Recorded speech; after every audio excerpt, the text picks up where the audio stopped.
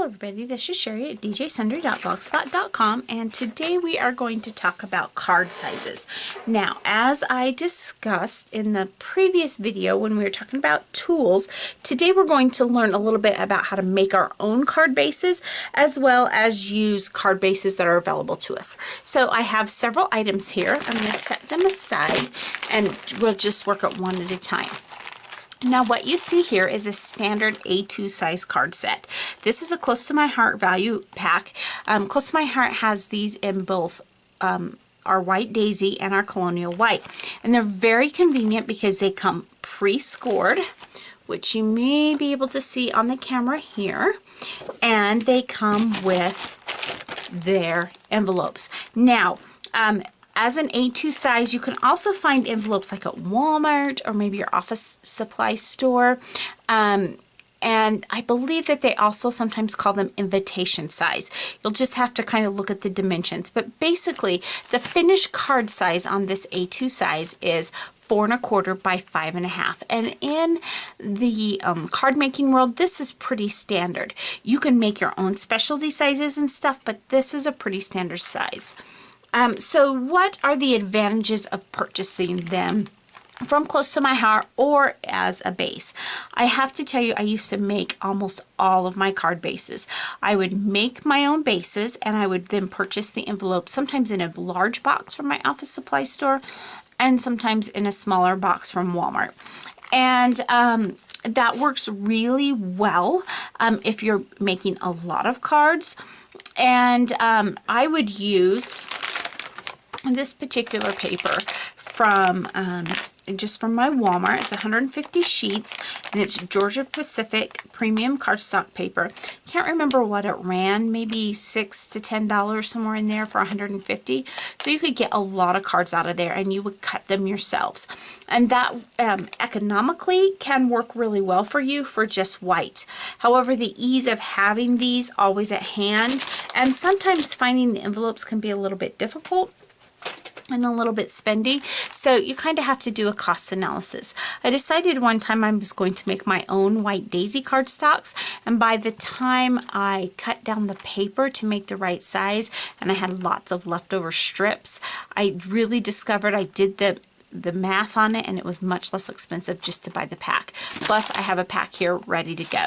So that is an alternative, but either one works and I want you to do what works best for you.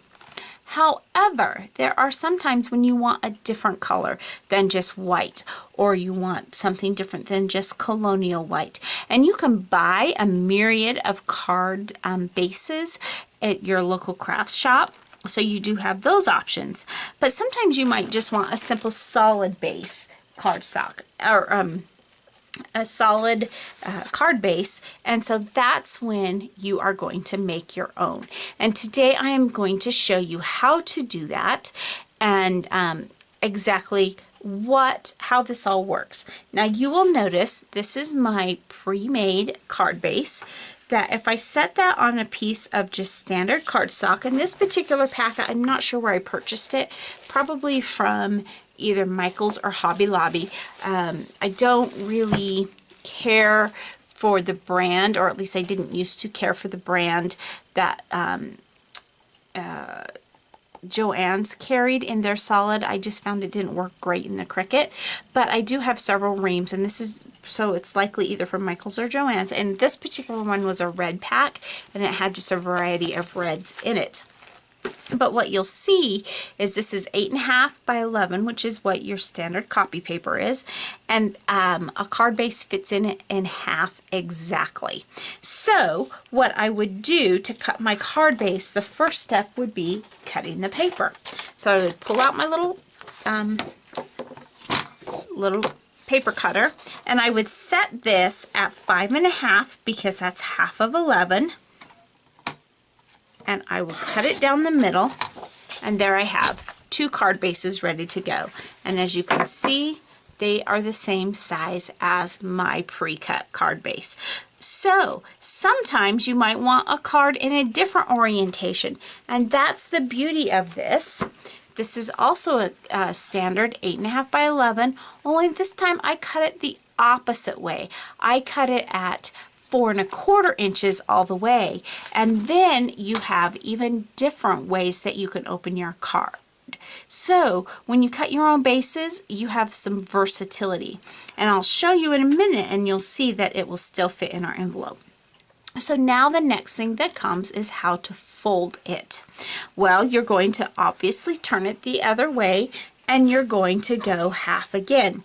Now that's, if you remember when we were talking in the earlier video about the scoreboard, which I will show you in a minute, but sometimes if you have a paper cutter such as this one, you can use this mark right here as your medium point. Now I know that this is an 11-inch sheet of paper, so to go in half, I want to cut it, or not cut it, but to score it at 5½. So I'm going to set it up on my ruler at 5½, and then I'm going to take my bone folder. Remember I said this would come really in handy.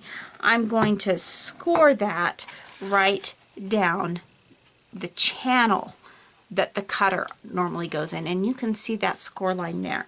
So I'm going to set that aside, and we're going to pull the other orientation of the paper. Remember, this is 5½ wide and 8½ the other direction. So that means half of the 8½ is 4¼ So I'm going to line up here at 4¼ then I'm going to go down that channel and score it right down the middle. And there we have our score mark, which you can see very easily. So that's why I say you can get your scoreboard, which I'm going to bring out and show you. This is my scoreboard, and it actually comes with its own little bone folder, which works great for the channels on this, but I still prefer this one when I'm not doing the channels, and we'll play with it and see if we can do the channel on it with that. Well, let's just try that right now. Now this is my 8½ inch wide paper, so I'm going to find my 4¼ which on the scoreboard, it tells you exactly that that's an A2 size card. So that's the channel I'm going to use. And yes, my favorite bone folder works. And there's the channel on that. Now with this smaller one, well, you could still do it. Never mind. I was going to speak out of turn. Obviously, you couldn't go this way on it because it's taller. It would be, you could do it, but it would take some work. But you can still score it, even though you're hanging off on the side over here. It's not going to hurt a thing because you're still going to smooth it all over to the side. And now this time we're going instead. Now this says that an A7 is right there at 5 inches. Now remember, this is 11 inches, so I'm going to want to go at 5½. I'm going to set my mark up there, and I am going to score it right there. So now we have all these scored pieces of cardstock. What are we going to do with them? Well, the first thing that I'm going to show you is the proper way to fold a card. So for some papers, it does not matter as much as it does with others, but this is a tip that will save you some heartache down in the future. You'll notice that I haven't flipped this over like this since it came off the scoreboard. I scored it down right here, and so this has what is known as a valley. If I flipped it over, the other side would be the peak side. Now, in my brain for years, what I thought is, well, you fold with the peak on the outside, right? Just like that. Now, with this particular paper, it doesn't look like it's going to matter.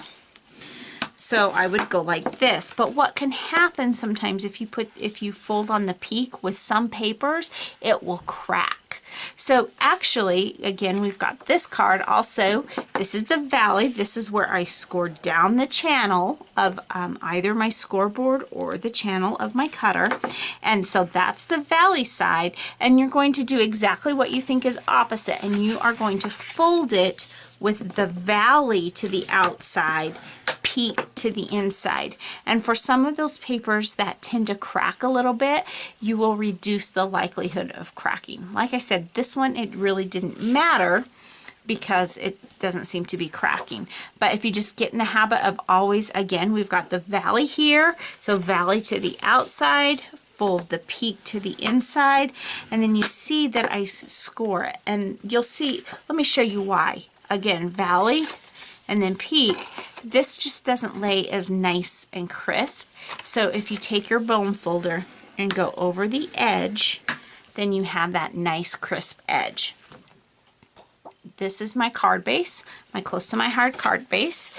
Again, whoops, there were 2 of them there. I didn't even realize it. We really don't need 2. Let's set that aside. Valley to the outside, peak to the inside, and score it down so that you have a nice tight crease. And what you're going to see is if I stack all of these up together, they're all the exact same size, which means it will fit in that same envelope. And again, it either goes by the term A2 or sometimes by invitation. But look at what I have here. I have a white card that, let's see, if I can get a hold of it, can open like this. Of course, I could flip it like this and it would open like this, and that's kind of a fun way.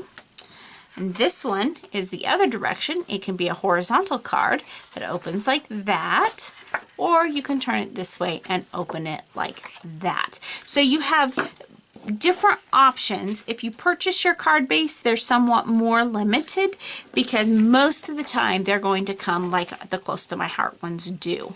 And some of the patterns on some of the cards you may not be able to, they may always be horizontal or vertical depending on the box of the cards, but I think for the most part there's probably usually a variety, and you can purchase them. I've got a stash over there of ones that I've purchased.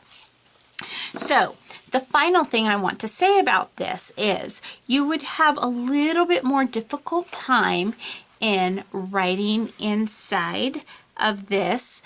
You would have to, well, with this particular red it's not such a big deal, but say you wanted a black card base for something, which it sometimes can be super fun, or maybe a craft card base, that's the craft color like my mat is here.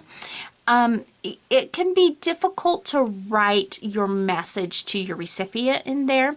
So what I usually recommend is that you mat on the inside and take a lighter color, either white, or if it's something that maybe a colonial white would do better with, and you make a mat for the inside, and that's where you can write your message. Sometimes I'll even go back and double mat them, but you want to know a secret? I sometimes do that even with my white card bases because it just gives that little extra special touch that said, I care not only what the outside of my card looks like, but what the inside of my card looks like too. So that is how you make your own card bases, and you still have the option to use pre-purchased card base. And quite frankly, I do both. You could even take pattern paper and make a card base if you so desired, and I have done it. So it is so versatile. Once you know those few simple tips of how to make them, you are good to go. So thanks so much for stopping by today, and remember, take some time to enjoy the little things. Have a great day. Bye.